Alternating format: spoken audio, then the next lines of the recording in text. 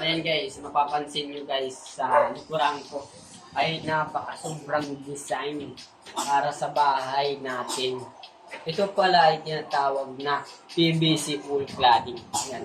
Nakikita nyo yung pagkaganto, yung pagka-group niya ay maganda. Maganda siya. Ito ay wool cladding para sa ating wool. Yan. Meron din tong para sa hagdanan, sa wool ng hagdanan. Ito, nakikita nyo naman ay ibang design. Yan. Kasi, kayo na yung bahala, yung magpantay-pantay kung ano bang mas bagay.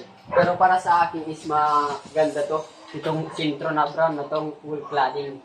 Kikita nyo ay napakasobrang ganda talaga. Saka, hindi lang siya, maganda talaga siya na pagka PVC wool cladding. Yan. No?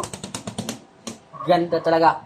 Thank you guys. At yun lang po ang aking konting step sa inyong lahat. Thank you. Huwag niyong kalimutan po mag-subscribe sa YouTube channel ko, Kambal TV. Shoutout po kay Dix Vlog, isang kay Ka Otol. Thank you sa suporta.